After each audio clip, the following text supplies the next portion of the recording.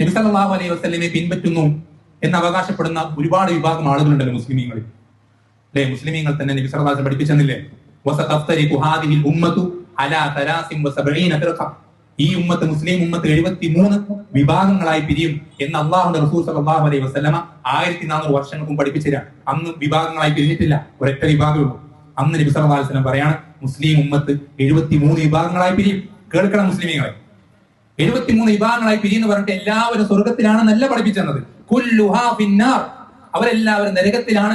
എന്റെ വാക്കല്ല, അള്ളാഹുവിന്റെ റസൂൽ സല്ലല്ലാഹു അലൈഹി വസല്ലം വാക്കാണ്. ഇല്ല വാഹിദ്, ഒരു വിഭാഗം ഒഴികെ. നീ മുസ്ലിം ആണെന്ന് വാദിച്ചതുകൊണ്ട് മാത്രം നീ ആഖിറത്തിൽ രക്ഷപ്പെടൂല. നിന്റെ മുസ്ലിം ഐഡന്റിറ്റി മാത്രം നിനക്ക് ഉപകരിക്കുകയില്ല. നിന്റെ ഇസ്ലാം നീ ജീവിതത്തിൽ ശരിയായ രൂപത്തിൽ പ്രാവർത്തികമാക്കുമ്പോഴല്ലാതെ നിനക്ക് മറ്റൊന്നും നിനക്ക് ഉപകരിക്കുകയില്ല. നിന്റെ സംഘടനയുടെ ആൾപ്പെരുപ്പമോ, നിനക്കുള്ള മറ്റു സൗകര്യങ്ങളോ, നിന്റെ വിഭാഗത്തിലുള്ള പള്ളികളുടെ എണ്ണമോ, മദ്രസകളുടെ വലിപ്പമോ, ഇതൊന്നും നിനക്ക് ആഖിറത്തിൽ ഉപകരിക്കുകയില്ല.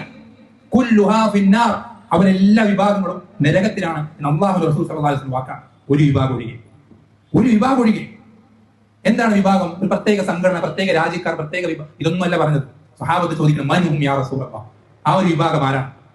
അപ്പൊ നബി സല്ലല്ലാഹു അലൈഹി വസല്ലം പഠിപ്പിച്ചു കൊടുക്കുന്ന മറുപടി, മുസ്ലിമെ, നമ്മുടെ ഹൃദയത്തിൽ നമ്മൾ കൊത്തിവെക്കണം. തങ്കലിപികളിലാൽ നമ്മൾ എഴുതി വെക്കണം. ഒരിക്കലും നമ്മുടെ ഹൃദയത്തിൽ നിന്ന് മറന്നു പോകാൻ പാടില്ലാത്ത വാക്കാണ്. നബി സല്ലല്ലാഹു അലൈഹി വസല്ലം പറഞ്ഞ മറുപടി എന്താ? മാ അന അലൈഹി യൗമ വഅസ്ഹാബി.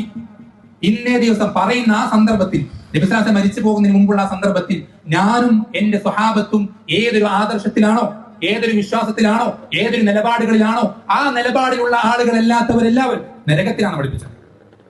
നമ്മൾ പരിശോധിക്കണം. ഞാൻ മുസ്ലിം ആണെന്ന് വാദിച്ചതുകൊണ്ട് മാത്രം നമുക്ക് രക്ഷപ്പെടാൻ കഴിയില്ല. നമ്മൾ പരിശോധിക്കൽ നിർബന്ധമാണ്. നരകത്തെ പേടിക്കുന്നുണ്ടെങ്കിൽ, നരകത്തിൽ നിന്ന് രക്ഷപ്പെടാൻ ആഗ്രഹിക്കുന്നുണ്ടെങ്കിൽ നമ്മൾ പരിശോധിക്കണം, എന്റെ ആദർശം സ്വഹാബത്തിന്റെ ആദർശമാണോ? സ്വഹാബത്തിന് നബി സല്ലല്ലാഹു അലൈഹി വസല്ലം വിട്ടേച്ചു പോയ അതേ നിലപാടുകളാണ് ഞാനുള്ളത്. നാം പരിശോധിക്കണം. നമ്മുടെ മേൽ നിർബന്ധ ബാധ്യതയാണ്. അങ്ങനെ പരിശോധിക്കാതെ നമ്മുടെ വിശ്വാസം ആ വിശ്വാസം പോലെ ആക്കാതെ നമ്മൾക്ക് രക്ഷപ്പെടാൻ കഴിയില്ല. നമുക്ക് വേറെ എന്തുണ്ടായിട്ട് കാര്യമില്ല. അല്ലാഹുവിന്റെ റസൂൽ സല്ലല്ലാഹു അലൈഹി വസല്ലം തല്ലും താക്കീതാണ്. ചിന്തിക്കണം മുസ്ലിമീങ്ങളെ.